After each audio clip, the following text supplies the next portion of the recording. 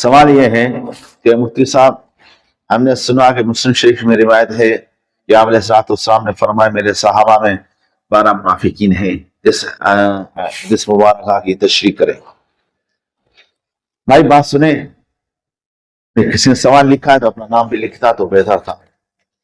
اللہ تعالیٰ آپ کو جزا خیر دے. لیکن بھائی صحابہ کا ایمان جو ہے وہ ایمان تمہارے اور میرے ایمان کے برابر میں جو بدلے میں جو ہے وہ اعتبار سے مضبوط ہے.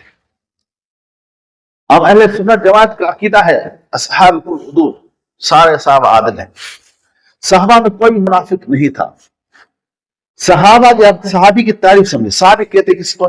صحابی کہتے ہیں جو آپ علیہ السلام کی ایمان کی حالت میں زیاد کرے اور پھر ایمان کی حالت میں اس کی موت ہو.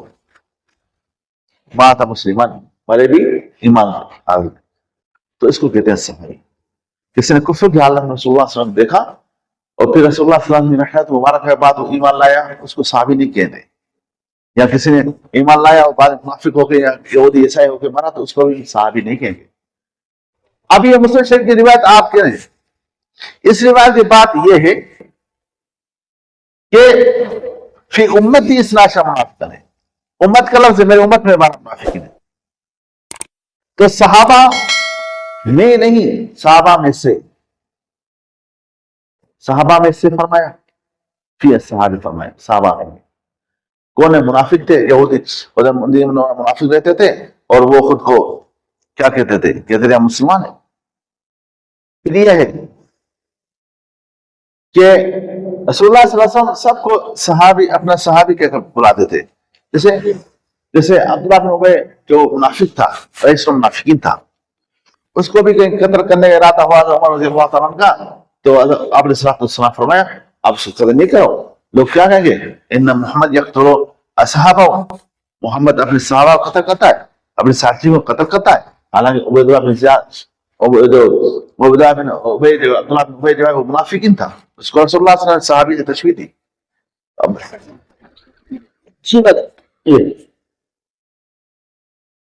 کہ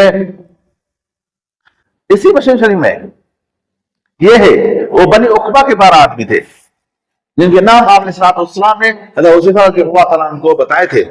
حضرت عمر رضی اللہ تعالیٰ عنہ نے کوشش کی حضرت حذیفہ رضی اللہ تعالیٰ عنہ سے پوچھے، لیکن حضرت حذیفہ رضی اللہ تعالیٰ نے نہیں بتائے. اور حضرت حذیفہ رضی اللہ تعالیٰ نے فرمایا پھر یہ کیا حضرت عمر دیکھتے حضرت حذیفہ رضی اللہ تعالیٰ جس کے جنازے میں شرکت نہیں کرتے تھے، حضرت عمر رضی اللہ تعالیٰ عنہ بھی اس کے جنازے میں شرکت نہیں کرتے تھے. تو حدیث میں جو ہے معنی منافق اور صحابہ اکرام کے بارے میں نہیں ہے، وہ منافقین کے بارے میں ہے جو خود کو مسلمان ظاہر کرتے تھے.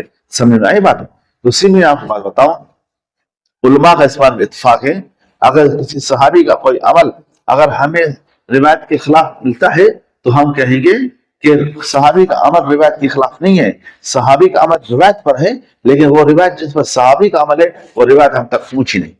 سمجھ میں آئی بات؟ کسی کے ساتھی کو اور کوئی سوال کرنا کرے.